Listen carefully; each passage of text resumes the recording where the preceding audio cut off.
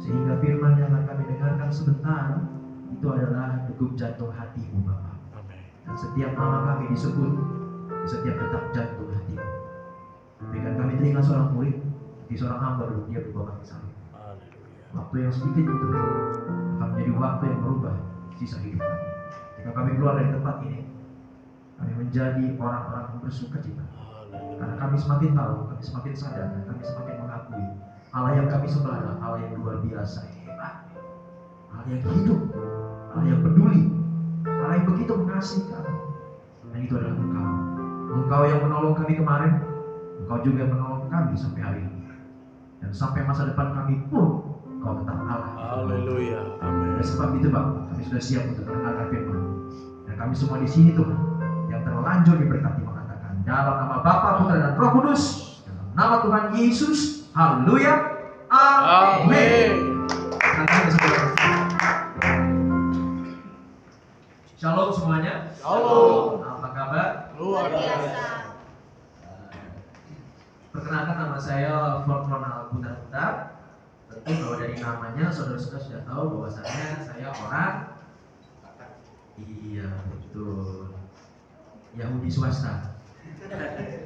Saya tahu juga pas waktu masuk ke sini saya mencium aroma saudara saya orang Sumatera. Tapi saya tahu di sini banyak orang Nias. Betul? Iya. Makanya saya ngomong sama Pastor Dede, Pak, Nias nih semua. Karena saya tahu karakter wajahnya dan karakter tubuhnya itu khas. Benar kan? Iya kan? Beda. Nias sama orang Batak itu berbeda.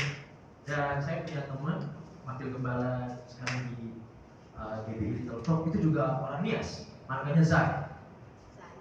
Saya suka belajar bahasa, tapi bahasa Nias ini saya masih belum menguasai sekali. Jadi kalau dia lagi ngomong itu sama istrinya gitu, saya orangnya iseng ya. Terus dia lihat saya, kenapa Pastor? Gue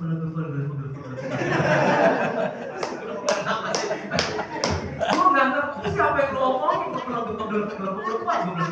itu bahasa Nias bro. Karena saya suka belajar bahasa, selain bahasa Indonesia saya juga bahasa Inggris karena saya juga seorang interpreter. Kali kalau ada pembawa luar negeri, gereja juga pasti memanggil saya. Bahasa Inggris saya kuasai, bahasa Batak saya mengerti, tapi saya kalau ngomong tuh pasir. Ini orang Batak di sini ada. Gokil loh, orang biasa semua, populer gempel. Aduh, bahaya nih gue. Pulang nggak selamat. Nah, terus saya bisa bahasa Ambon, saya bisa bahasa Manado, saya bisa bahasa Minang, saya fasih bahasa Jawa. Kenapa seperti itu? Papa saya seorang komandan militer, jadi sejak kecil saya dibawa kemana-mana gitu seperti itu. Dan ya kalau ya saya udah mati kartu lah di sini, kalau saudara mau ngerasani saya atau mau ngomongin saya di belakang, saya nggak akan ngerti. Ya apa saya tahu? Cuma flegefin, bener nggak? Apa kabar bahasanya saya? Gua aja nggak ngerti loh kayak ngomong. Flegefin. Saya jadi kangen sama festival itu, festival Beni Zahid. Nah, saudaraku, apa lagi? Oh, nama sudah. Oke, latar belakang saya ini lawyer iya. Saya agensi properti iya. Saya penyanyi profesional iya, saya sudah punya 2 album, tapi saya sudah mundur ke belakang, saya jadi pelatih vokal. Ya, murid saya kurang sukses di dalam dunia nyanyi. Tangan-tangan rukun. Ya emang dia kurang sukses kan dalam dunia nyanyi, tapi dunia akting ngeri kan? Itu murid saya. Iya. Saya biasa ngajar di tim desa musik di berbagai gereja, nggak hanya GBI. Saya sudah menikah, anak saya 1. Anda curiga dengan jari saya nggak pakai cincin. Terus terang saya ini bukan orang yang suka menempelkan badan saya dengan logam. Nggak tahu kenapa saya masih belum ya. Lagi saya juga orangnya ceroboh. Tadi malam kacamata saya 1 hilang. Saya ini kan penyanyi profesional, masih nyanyi saya. Nyanyi di mana pun saya taruh di atas kap mobil saya pergi masuk. Sampai di jalan, kacamata gue mana ya? Saya bilang sama basis saya, Dek, gimana basis kacamata gue? Lihat, Dek, abang tadi kan pulang pakai kacamata kan? Terus gimana ya? Saya ingat-ingat ternyata saya taruh di atas kap mobil saya dan lupa saya ambil. Nah kira-kira seperti Pastor Welly Anderson. Karena dia juga lupa taruh kacamata di mana. Taruh di sini. Biasalah kehidupan di kota-kota besar. Saya lupa. Aduh, saya belum kasih tahu sama istri saya. Kalau saya dikasih tahu sama istri saya, aduh, saya pasti dipermutin. Istri saya juga orang Yahudi swasta juga, orang karo. Marganya ginting. Ngeri kalau belum ginting. Makanya saya belum kasih tahu dia. Tadi saya pergi ke sini, dia juga nggak melihat kacamata saya yang seperti biasanya. Puji Tuhan saya masih ada kacamata saya di mobil ya. Agak terlambat tadi sore investor karena kemarin waktu saya ada acara adat pagi pernikahan, ada motor nyerempet mobil saya.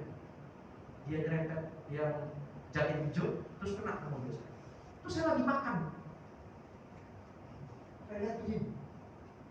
Lu sih gara-gara lu mobil juga kena nyerempet kan jadi baret. Baret. Iya. Saya cuma kesini aja saya ikat rambut saya. Saya biasa ngomongnya gondrong. Langsung saya turun. Orangnya kan ciper ngeliat saya kalau minggir. Saya dulu, saya tunggu. Mereka begitu lah ya. Saya liatin di mobil. Istri saya ngomong sambil bawa anak saya. Berat, Beb. Saya punya mobil, itu bukan mobil saya. Itu saya diberkati karena teman saya banyak ngajar di kepolisian dan kemiliteran. Mereka tuh baik-baik. Bang, pakai mobil saya, Bang. Ah, serius? Iya, pakai itu. Enggak usah lah, enggak Bang, buat abang sama istri. Jadi kalau saudara lihat itu, hebat ya, khotbah banyak duitnya. Kagak, enggak, ngefel. Itu semua kasih karunia Tuhan. Nah kan saya ngeri nih, kalau mobil teman saya baret gitu loh. Udah selesai, saya turun. Sebelum saya ngomong, Beb, ini enaknya gua apain? Jangan Beb, kasihan Beb.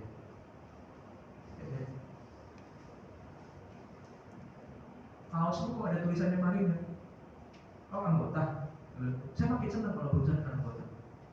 Enggak Pak, saya tukang sampahnya Mariner Pak. Kok bisa pakai kaosnya?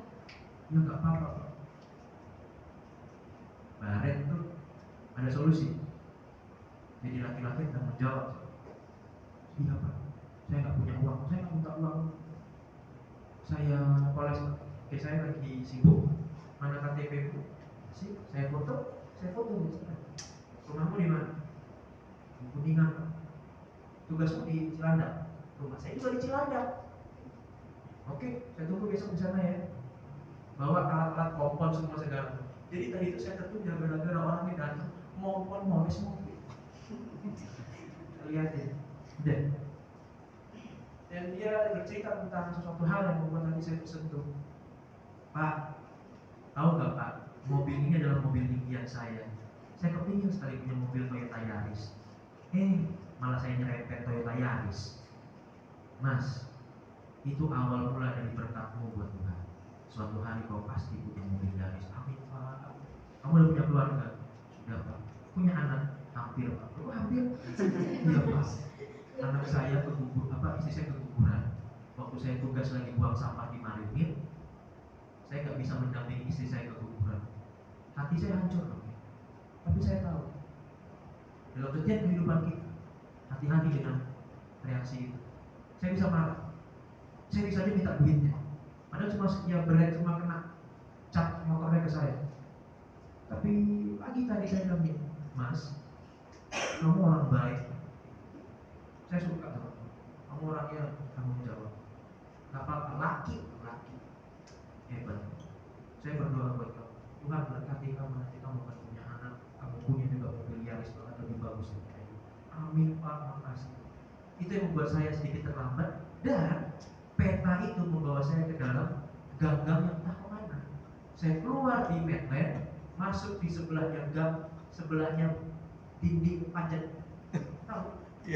Ada yang tinggi banget kan? Saya sampai heran, saya kamera hebat juga ya. Ada panjat tebing gede banget. Jakarta belum ada nih kayak gini. Saya masuk begini, kok gang begini. Tapi ya apa guna saya kan? Apa daya saya juga nggak ngerti polisi itu seperti apa gitu kan. Ya saya dulu pernah diminta pelayanan di beberapa gereja dan juga kantor. Cuma kan saya nggak tahu nih. Saya kan orang Cilandak. Jarak saya sampai ke sini 26.000 meter. Tahu 26.000 meter? 26 kilo. Ya tapi kan bukan tempat mainan saya kan anak selatan. Oke, saya kan anak Senopati. Belum pernah ke Senopati. Bilang ke saya, bilang aja sih. Kan saya acok juga. Jadi, nah seperti itu. Dan ketika saya sampai ke sini, aduh, saya masuk ke gereja depan. Saya kan tas plastik. Saya datang, saya foto, saya bilang sama Pastor Benadus, Pastor, saya sudah di sini. Terus saya lihat, kok nggak ada lambang GPI di sini? Terus saya lihat tulisannya GP Kris. Oh Lord. Gempel-gempel nih. Pastor bener nggak? Aduh, Pak Bro sampai ngomong, Bro salah Bro. Ngomong nggak? Saya dengan muka tebel, Anda sudah terima amplop persembahan. Saya datang, saya dengan muka polosnya. Mau antar. Terus saya mau nangis. Hari ini akan saya ceritakan kepada istri saya dan istri saya akan menganggap bego. Dia pasti akan ngomong seperti itu. Dan waktu itu saya ketemu gembala saudara di depan ini. Beneran salah gereja. Untung nggak ada kamera. Terus salah. Dimasukin di sini. Aduh. Tapi begitulah saya orangnya konyol ya. Karena saya banyak di dunia entertain, di dunia pelayanan khususnya GBI, saya memang orang yang paling nyentrik. Bahkan banyak gereja yang nggak mau undangnya lagi karena ya saya orangnya nggak rapi. Saya banyak pelayanan, saya tidak mau terima jabatan apapun karena ya sudah lah banyak orang lah yang lebih pantas lah. Kalau saya lebih suka di jalanan, saya di penjara, saya di anak muda. Ini baju saya begini saudaraku, supaya saya selamat keluar rumah. Karena bapak mama saya lagi datang nih, pulang dari kampung dia datang ke situ. Kalau dilihat saya nggak keluar dengan jas, nggak pendeta kau. Ini siapa yang pendeta? Kan di sekolah, MTH bapak pendeta, kagak. Emang dia semua keluar dari teologi pendeta? Kagak, hati-hati saudara. Ya enggak pak, saya cuma pelayanan aja kok. Jadi saya keluar dari ini, salah gereja pula. Kalau gue apa lagi? Iya, udah semua perkenalannya habis berapa menit saya ini. Nah, saudaraku, mari kita buka sekarang Alkitab dan Alkitab kita ya. Oke. Maaf ya, saya ini nggak sekeren gembala saudara. Kasih tangan yang bagus. Pelatih bermana? Bapak, istana gua Pak. Ini Pak. Sekarang kan sudah, ya ampun. Tapi saya keren ya saudara ya. Keren. Itu sebuah fakta kan. Ya gimana ya, saya nggak bisa ya. Tuhan ceritakan saya keren ya, apalagi. Ya seperti itu. Aku suka kayak I love you too bro. Kenapa saya seperti ini orangnya ya? Ya saya hidup di jalan biasa. Saya tahu betul hidup di jalan saya. Jadi semua orang mau kayak apa, bahkan semua gelap-gelapnya Jakarta ini. Apalagi sama anak muda. Oh ya, saya juga dosen di London School di komunikasi dan ya saya begini. Dan mereka kaget ketika masuk dosennya gondrong. Kenapa? Lu ngarepin dosen kayak apa?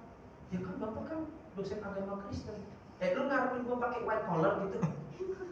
Biar gua nggak nampak gerejanya agak ngambang ngayang-ngayang gitu kan. Karena hari-hari ini kalau menghadapi anak milenial, katakan anak milenial yang lahir tahun 90 atas, santai aja, ngangkat aja mbak. Iya mbak, iya segitu dong. 60, santai aja. Menghadapi anak milenial hari-hari ini harus berhikmat sekali. Zaman kami inilah terakhir ini yang kalau misalnya ada kesalahan dipelototin sama bapaknya, kita takut. Kalau anak milenial, bapaknya melototin, dibales pelototin. Wih, bapak saya kalau sudah melotot, menggerut biji-biji semua. Bapak saya, udah, saya langsung gerik. Tapi kalau sekarang, dipelototin, ini kenapa Pak pelotot? Kenapa? Batuk. Anak sekarang, tidur di kelas, dilempar sama kapur tulis, langsung masuk KPAI. Lapor orang tuanya marah-marah. Kami tanya sama Pastor Benadus, Udah pernah kena kapur biasanya? Harkat saya lebih tinggi dari saudara. Penghapus dari belakang, pak, itu ke dada. Nakal saya seperti itu. Tapi kami bersuka cita karena kami mungkin generasi terakhir yang masih merasakan semua pendisiplinan kehidupan. Jadi untuk anak milenial, pay attention ya. Saya datang ke sini, saya ngomong pada mahasiswa saya bukan hanya sebagai dosenmu, tapi juga sebagai kakak. Karena hari-hari ini menghadapi anak milenial nggak bisa dinasehati, tapi harus ditemani dan dikawal. Iya ya? Iya. Karena mereka punya dunia sendiri, dunia mereka internet. Nih.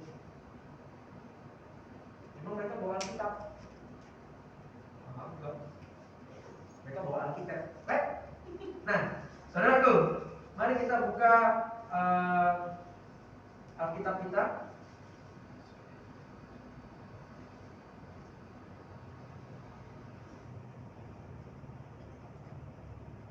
Tema yang diberikan kepada saya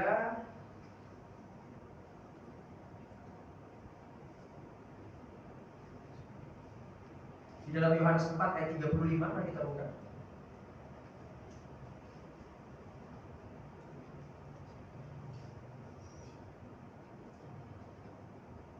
Ini adalah peristiwa lanjutan ketika Yesus setelah bertemu dengan wanita Samaria, dan ini adalah obrolan dia dengan murid-muridnya seperti itu.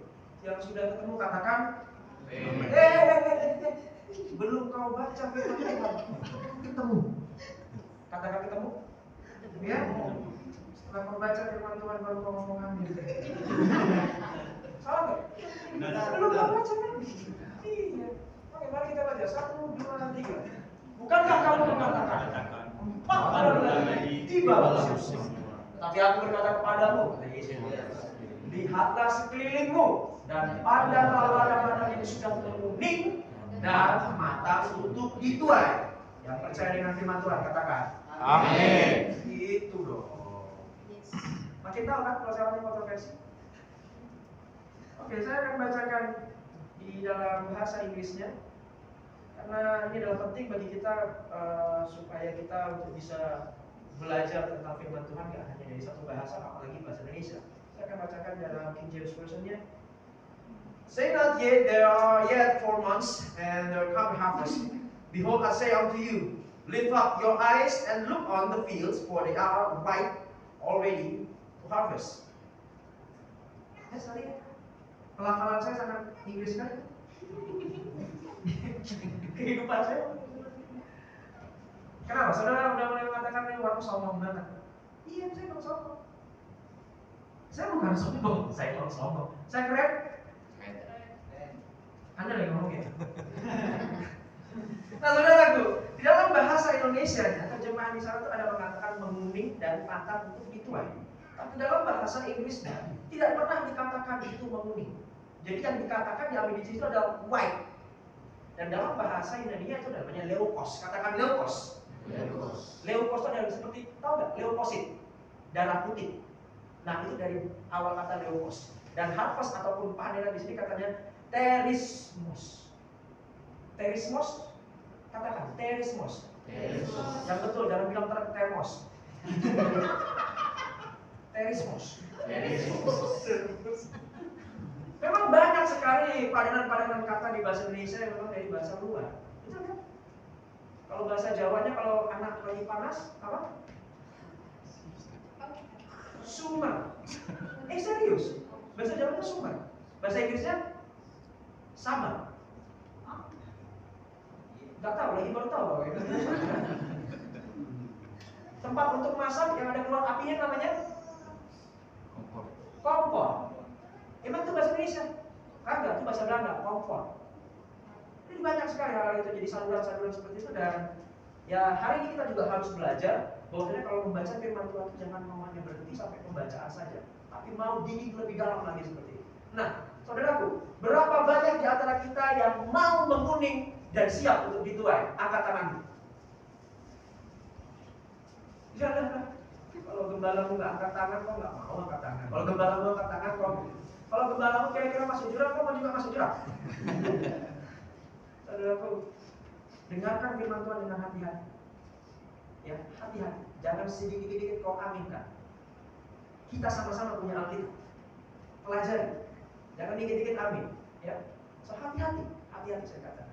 Berapa banyak di sini yang mau siap menguning dan siap untuk dituai? Katakan amin, angkat tanganmu.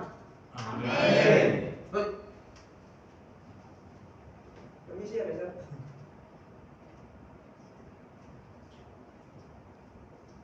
Berapa banyak yang tahu ini buah namanya apa? Masih namanya Mandarinias? Masih lah ya. Nah saudara, beberapa hari yang lalu saya habis pulang kampung di kampung saya di Porsea. Tahu Porsea? Tahu Porsea. Saya kepingin sekali sebenarnya ke kampung saudara ke Nias itu karena memang terpisah kan pulaunya itu. Saya kepingin sekali. Karena saya dengar dari teman saya yang wakil gembala itu di sana kami itu produksi babi paling bagus. Serius? Iya. Dan dua hal yang belum saya berhentikan dalam hidup saya, berhenti makan nasi sama berhenti makan di luar. Istri saya ngomong kau aja kan berhenti, enggak lah masih enak babi itu kok, dia bilang gitu. Ya memang enak, tapi saya berdoa saya mau berhenti karena tidak semua yang enak itu harus diterus-teruskan ya. Nah saudaraku, ketika saya pulang ke Porsea beberapa hari lalu, karena papa saya di usia yang 80, saya anak bungsu dan saya yang terakhir menikah dan saya punya anak masih kecil. Jadi saudara papa saya itu bilang, nah aku mau pulang kampung, apa? Kau anakmu makaroan, yang makaroan itu dalam bahasa Batak itu ucapan syukur, ibadah ucapan syukur untuk cucu. Dan anak saya sudah cucu terakhir. Dan bapak saya ini sudah selesai karena saya anak keempat, anak bungsu. Kalau orang Batak, mereka tuh sangat bangga dan bahagia sekali kalau mereka bisa sampai di tahap sahur matua. Ketika anak-anaknya sudah diberangkatkan semuanya menikah, habis itu punya anak lagi, punya cucu. Dan itu kalau mereka percaya, nanti ketika mereka dipanggil pulang ke rumah Bapa di surga, dalam peti mati mereka tidak begini, tapi begini.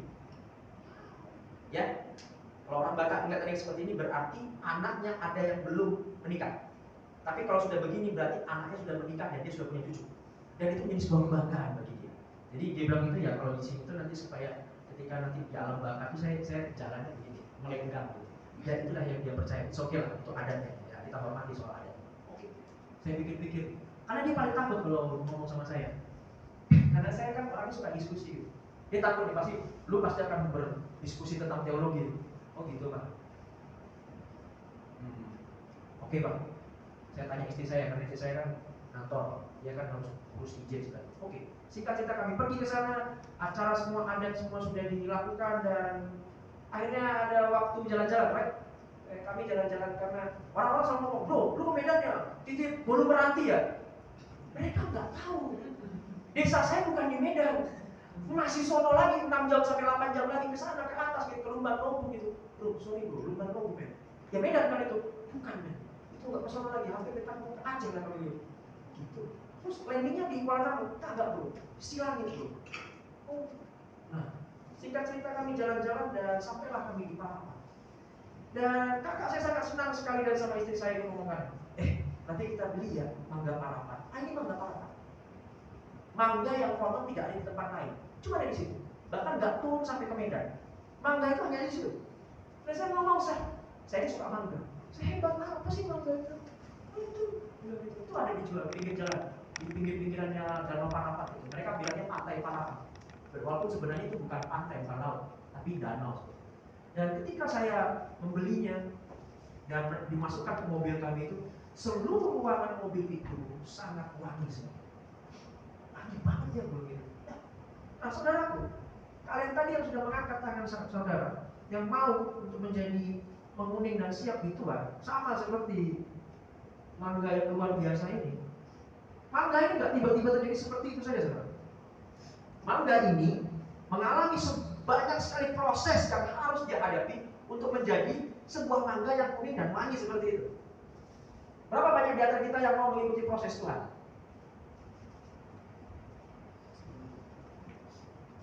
Nah, tadi yang mau menguning, kemana lu? Saudara, hanya orang yang menanam dia yang akan menuai. Enggak ada ceritanya itu. Walaupun memang ada kalimat lanjutan di dalam firman Tuhan. Kau nggak usah menanam, kau akan menuai. Jangan ambil itu secara langsung sepenggal-penggal. Bahkan ketika kau bilang aku mengasihimu Tuhan, nggak hanya sampai di situ. Karena ada hal yang lebih lagi yang akan kita kerjakan supaya kita benar-benar membuktikan bahwa kita benar-benar mengasihi Tuhan. Keselamatan yang dilakukan Yesus 2000 tahun lalu sudah terjadi, penebusan dosa kita. Yang percaya katakan amin. Amin. Tapi karya keselamatannya harus kita lakukan, terus kan? Supaya apa, saudara? Supaya harga dari kasih karunia ini tidak menjadi harga yang sangat murah, sungguh mahal. Karena semua karya 2000 tahun lalu itu adalah karya yang sangat mahal. Bayangkan, saudara, betapa dalamnya kasih Bapa di surga. Ketika manusia jatuh ke dalam dosa, dia turun tangan. Tapi ketika malaikat jatuh ke dalam dosa, apakah dia turun tangan? Bahkan sepertiga. Itu sepertiga. Kan ada 3 penghulu malaikat tuh. Lucifer, Mikail, Gabriel. Yang satu membelot nih, sepertiga keluar. Tuhan gak ambil pusing. Dibuang jatuh kemana? Kemana? Ke bumi. Apakah Tuhan pusing tinggal 2/3? God is God. Tuhan tetaplah Tuhan. Oleh sebab itu saudaraku, pada pagi hari ini, jika engkau mau menjadi tuayan yang mengumit dan siap dituai, yang pertama kau harus mau ditanam. Katakan mau ditanam. Mau ditanam. Nah, bagaimanakah engkau bisa menjadi seperti ini? Seperti manakah atau bagaimanakah atau di manakah kau ditanam supaya mendapatkan hal-hal yang seperti ini? Mari kita buka di Yeremia 17 ayat ke-8. Waktu saya sampai berapa, Pastor? 11. Udah habis. Nah, saudaraku, yang sudah ketemu, katakan ketemu. Belum ketemu. Oke, Yeremia. Oke, mari kita baca. 1, 2, 3. Ia akan seperti pohon yang ditanam di tepi air, yang merambatkan akar-akarnya ke tepi batang air, dan yang tidak mengalami datangnya panas terik, yang daunnya tetap hijau, yang tidak khawatir dalam hal kering, dan tidak berhenti menghasilkan buah. Katakan amin. Amin. Jika engkau mau menjadi mangga yang manis seperti ini, kau harus ditanam. Tapi ketahuilah satu prosesnya, saudara. Akar ini akan mengalami proses yang luar biasa dalam sekali, dan banyak orang jarang sekali untuk mau mengikuti proses ini. Saya selalu katakan kepada anak-anak muda 3P. Katakan 3P. 3 ya. Cintai proses tanpa protes supaya kau dapat progres. Mereka akan diem. Kenapa? Kenapa kau diem? Emang kau pikir aku nggak pernah jadi mahasiswa kayak kau? Aku pernah semua ngalamin semua yang kau alami. Bahkan dekat sekali aku dengan dunia kalian. Tapi kebenarannya adalah seperti itu. Mangga ini nggak ujuk-ujuk datang seperti ini. Gitu. Dia harus ditanam. Ditanam di mana? Di tepi aliran sungai. Karena aliran sungai sajalah yang bisa memberikan semua hal-hal positif pada bibit itu. Dan satu hal lagi, bibit itu harus mati loh. Jadi jika kau mau menguning dan siap itu, kau harus mati dalam Tuhan. Kau harus mau ditanam di dalam Dia. Gak pernah dikatakan kau mau ditanam di dalam gereja ini, gak ada di Alkitab. Tapi ditanam dalam Tuhan. Di mana engkau bergereja, disitulah Tuhan putuskan. Gak pernah dikatakan GB atau GP Kris atau apapun, gak ada di Alkitab. Kau harus tertanam di dalam Tuhan. Dia itu seperti sungai. Airnya itu mengalir, tidak akan pernah berhenti musimnya. Dan akar-akar itu setelah bibit yang mati itu, akar-akarnya itu akan tumbuh ke dalam dulu.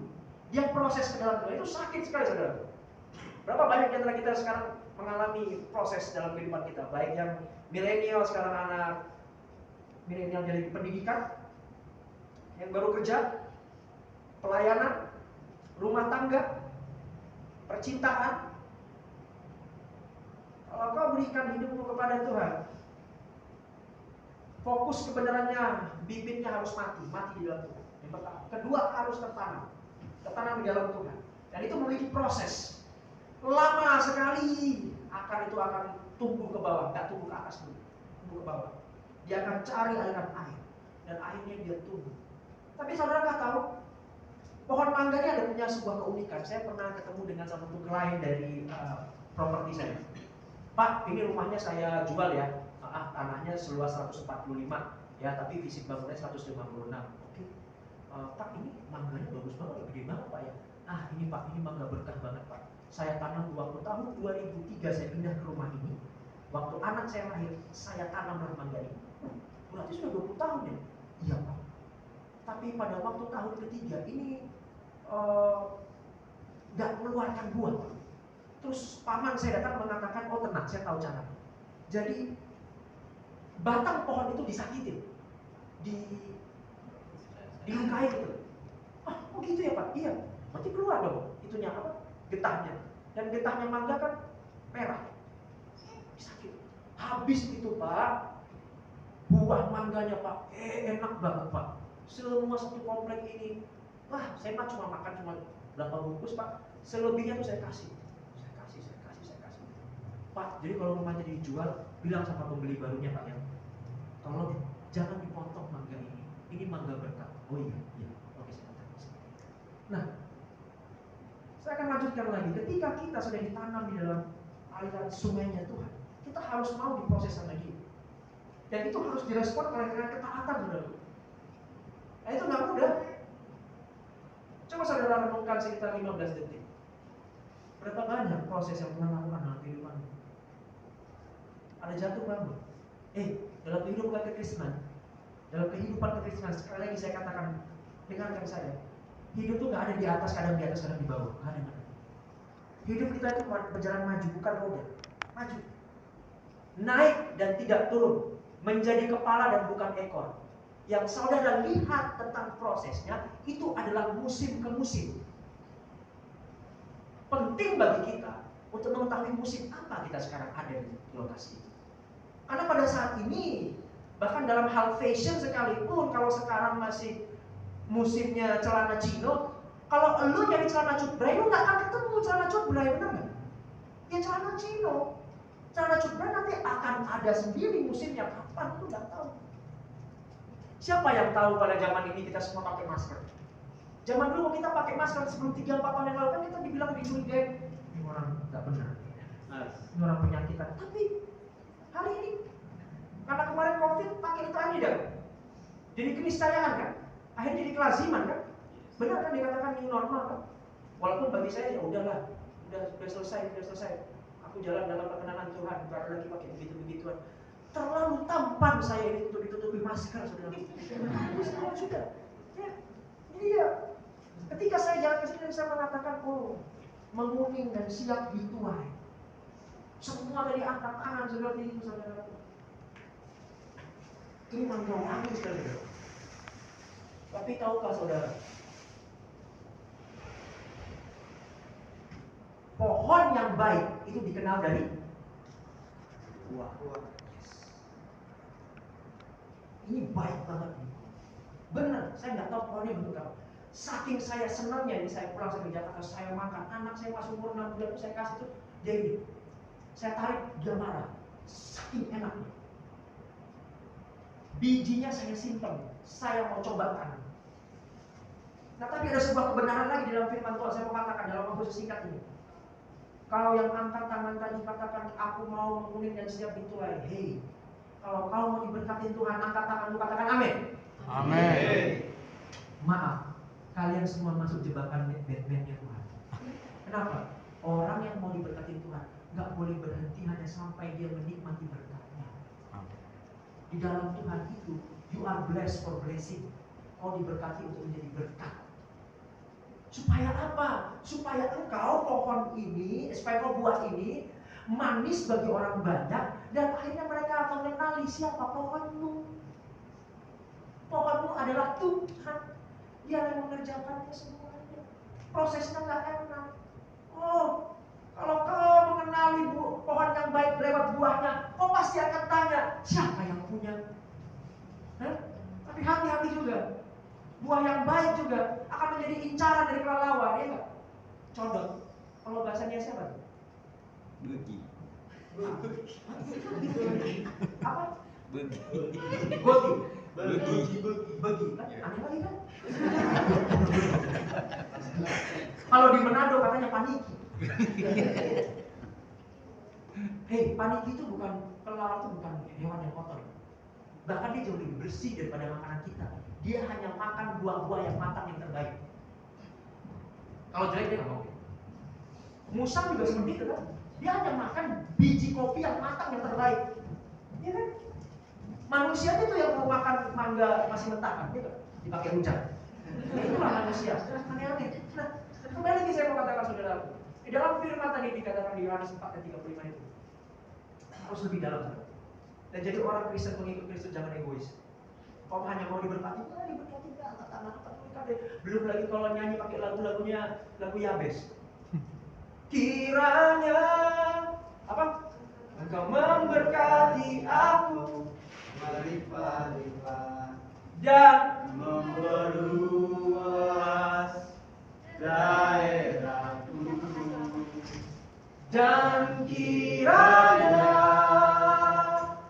Kamu menyertai aku dan melindungi aku daripada mara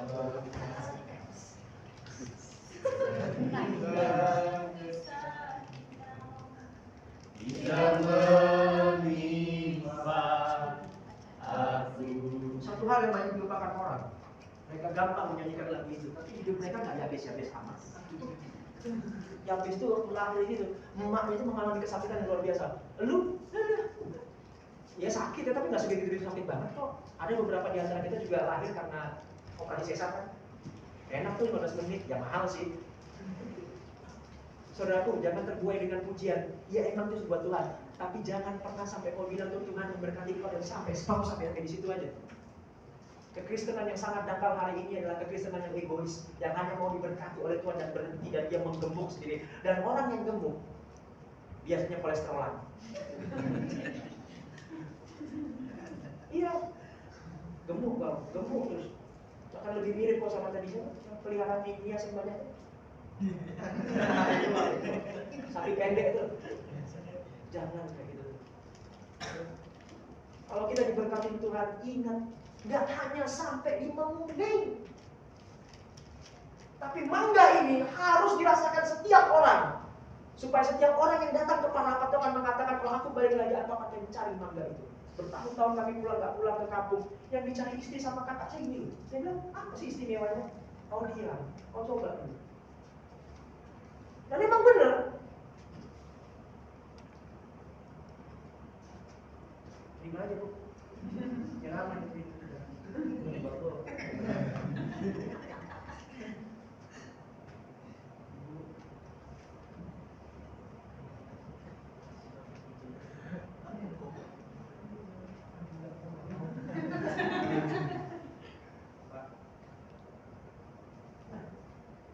Perhatikan dari tusuk gigi yang saya berikan kepada saudara. Dan saya akan lakukan banyak sekali. Esther, kasih saya keluasan waktu sedikit lagi. Lanjut. Amin. Lanjut. Lalu, habis itu saya nggak diundang lagi. Iya, benar. Saya begitu. Oh. Habis ini makan kita. Kemana itu, Pastor? Ada mana? Ada BPK di sini. Ada dong.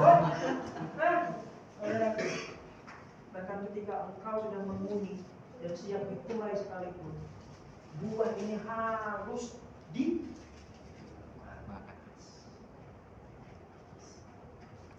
kalau saya ngomong ini buah yang bagus banget tuh, menguning apa segala. Saudara percaya? Jadi tusuk giginya jangan kau patahin. Iya, lu patahin Mam. Iya Mam. Ya. Ada lagi yang lebih parah, kasih tusuk gigi. Tapi saya minta sama istri saya sarung tangan plastik dia karena masih repot ngurusin anak saya. Nggak apa ya? Tangan saya putih-putih ini karena vitiligo. Ini bukan penyakit menular, ini kelainan gen. Katanya konon di atas saya itu ada yang orang bule. Tapi dia akhirnya tidak nyatu, jadi dia resist, jadi seperti ini. Saya belum pernah rendah hati kayak beginian. Saya pikir saya orang yang berbeda dan saya orang penyakitan. Waktu adik-adik misionaris saya datang dari Amerika, mereka mengatakan, bro, kau itu istimewa, kau itu limited edition. Kok bisa? Kau tahu nggak Yakub? Tahu Yakub saudara? Waktu dia ke bapak mertuanya namanya siapa? Bapak mertuanya siapa namanya? Hah? Bapak mertuanya siapa namanya? Betul. Dia ngomong begini, nanti yang semua domba yang bertotal-total itu milikku. Mana ada domba total-total? Ya ketawa sih dombanya. Bego lu. Iya. Apa akan terjadi? Ini kan sama-sama tukang tipu semua kan? Laban yang tukang tipu, Yakub yang tukang tipu, tapi Yakub itu dia hatinya pada Tuhan dan Tuhan menjawab doanya dan dia entah memberikan apa daun awar-awar atau pada makanannya dan domba-domba yang dia rawat pelihara ketika melahirkan itu dombanya total-total dan banyak dan Laban garuk-garuk kepala kok malah dia punya lebih banyak ya? Itu perkenanan Tuhan. Nah, saudaraku, bahkan ketika yang katakan sudah menguning ini dan siap dituai ini pun harus yang namanya di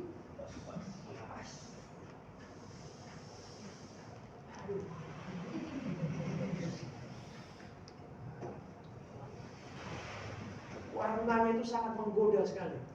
Kalau saudara pernah makan yang namanya permen mangga, jenis inilah yang dipakai untuk ekstraksi permen yang saudara makan. Dan saya sangat bersyukur sekali ketemu. Mangga terbaik itu nggak ada harus kalian saudara bawa dari Kalimantan, dari Thailand, itu nggak ada. Dari Indonesia banyak kok. Ini salah satu jenisnya. Namanya mangga Parapat.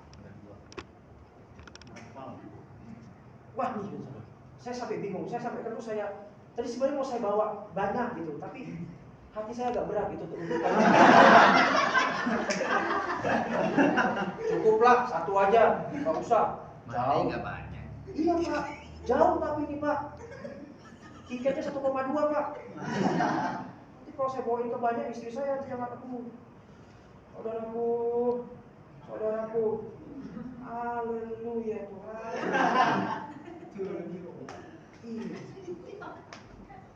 Tadi yang sudah menerima tusuk gigi saya, yang sudah kembali masuk ke mulut saudara, keluarkan lagi. Maafkan saya, ibu sudah ambil Bu. Nanti saya akan main ke Nias Bu. Saya akan coba Bu. Jangan dimakan dulu Bu.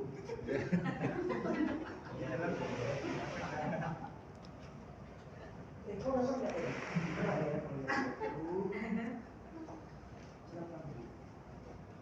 Baru kali ini loh, saya korban bawa mangga. Kok datang nggak?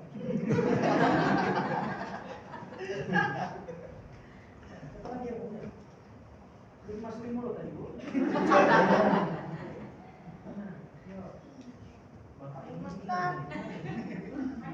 Oh sudah diwakili anaknya. Ibu kaki kenapa? Main bola. Udah semua ya? Amin. Pester mau pester? Kali ini pester gak akan saya kasih. Saya akan berikan jemaahnya. Kan kalau gembala ngomong iya, semua iya kan? Nah kali ini enggak, supaya nggak ada dusta di antara kita. Silakan makan saudaraku dalam nama Tuhan Yesus. Lihat wanginya. Ada yang mau? Apa? Buat tusuk lu mau. Iya lah mangga. Gimana? Manis aromanya. Manis. Wangi kan? Wangi. Enggak usah. Wangi kan? Wangi kan? Gimana? Ibu gimana Bu? Rasanya ya? Enak.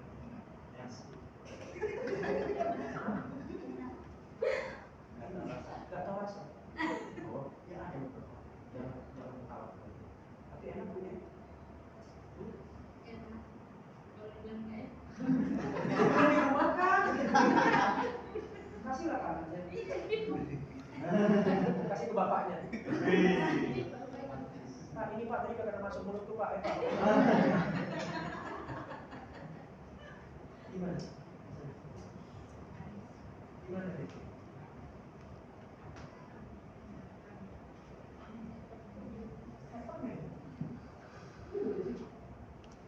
Dan banyak orang yang selalu kepingin mengulik dan siap dituai, tapi dia lupa bahwasanya dia mengulik itu nggak hanya berhenti sampai di situ. Hidup gitu. Jangan menggisau saja. Di bawah ancaman dong berbahaya. Hidup kita sebenarnya harus seperti itu.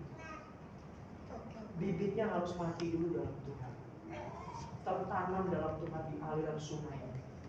Sakit prosesnya, maka saya katakan 3P. Cintai proses tanpa protes supaya mendapatkan progres. Nggak ada yang instan dalam hidup ini saudara, bahkan mie instan pun 3 menit kok. Iya nggak? Iya.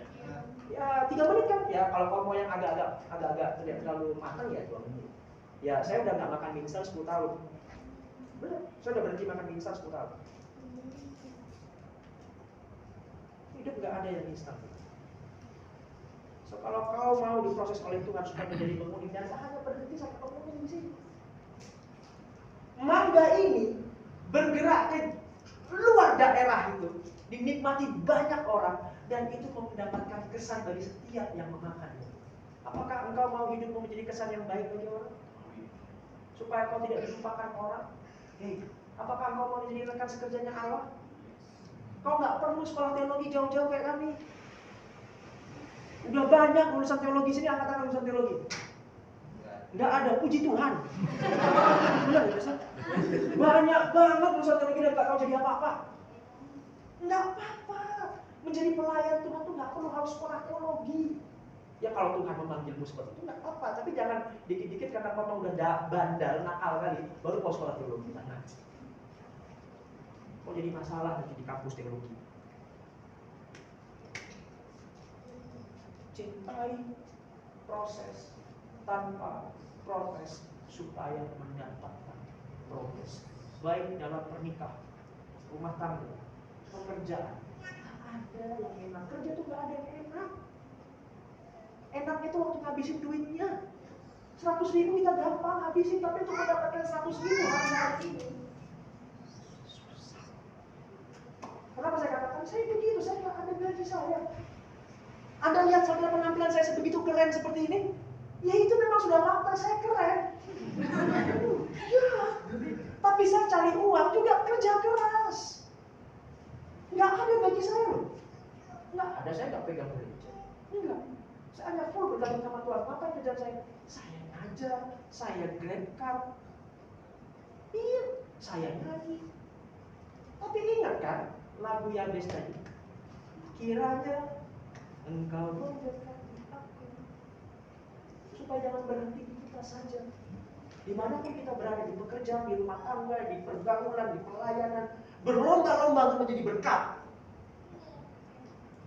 Supaya hari-hari ini, bangku-bangku kosong ini dipenuhi orang-orang yang menyaksikan sendiri kemuliaan Tuhan dalam hidup kita. Amin. Yang membawa orang-orang jiwa baru itu bukan gembala loh, ingat. Domba menghasilkan domba, gembala menghasilkan gembala. Itu hukum. Jadi jangan ngomong, ya itu kan kerjaannya gembala. Hukum kebenarannya adalah ketika engkau diberkati, kau nggak tahan untuk menyaksikan kemuliaan Tuhan bagi sesama. Pernah lihat, pernah makan masakan Padang, Minang? Suka kan masakan Padang kan enak kan? Ada tulisannya di dinding kan? Kalau enak katakan pada teman, kalau nggak enak katakan kepada kami. Kalau kau enak, kan kau pasti ngomong sama orang, kok enak kali men, enak kali, foto di sana. Rumah makan Minang ya. Tapi kalau nggak enak, satu yang nggak enak rumah masakan Minang itu aja, itu bisa kesebar. So pastikan saudara, mengulik dan siap itu bukan hanya berhenti hanya sebat di situ saja, tapi pastikan hidup kita bisa menjadi berkat bagi semua orang. Tenang aja, nggak usah pusing mikirin kok bangku yang kosong ini.